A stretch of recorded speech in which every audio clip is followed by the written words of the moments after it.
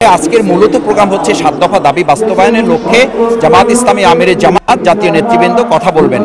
সেখানে আমরা জোট তো এখানে স্টেজেই একটা জোট হবে। আপনাদের সবাইকে ধন্যবাদ যে আপনারা আপনাদের সহযোগিতা এবং আল্লাহর একান্ত মেহেরবানিতে আপনারা লিখছেন। আবহাওয়াটা এত সুন্দর যে রোদও না এবং বৃষ্টিও না।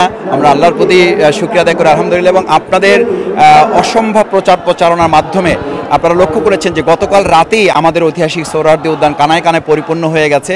সকাল থেকে আমরা বেসিক্যালি আমাদের মূল গেটগুলো শুধুমাত্র ভিআইপিস যারা, সিনিয়র সিটিজেন যারা, সাংবাদিক যারা, বুদ্ধিজীবী যারা, আমন্ত্রিত অতিথি যারা, তাদের জন্য শুধু আমরা ওপেন রেখেছি। বাকি সাধারণদের জন্য আমাদের ইতিমধ্যে বাবুবাজার, সদরঘাট, তারপরে ওদিকে গাবতলী, কল্যাণপুর, এদিকে যাত্রাবাড়ি সহ কমলাপুর রেল স্টেশন থেকে এখন যারা নামছেন কেউই আর সামনের দিকে আগাতে পারছেন না।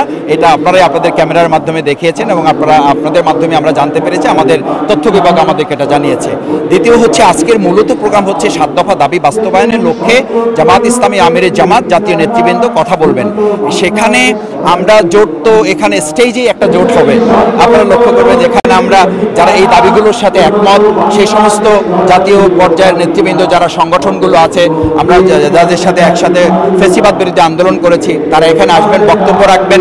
তো আর মানে এই জোটের ব্যাপারটা মূলত যখন আরও সামনের দিকে নির্বাচনের রোডম্যাপ প্রকাশিত হবে বা রোডম্যাপের দিকে আস্তে আস্তে আগাবে, তখন জোটের ব্যাপারটা আরও পরিষ্কার হবে এবং জোট তখন আরও ম্যাচিউরড হবে। সুতরাং সেই জায়গাটা আজকে আমিরে জামাত বা নেতৃবৃন্দের পক্ষ থেকে ডিক্লারেশনের জন্য আজকের প্রোগ্রাম ব্যাপারটা এরকম নয়।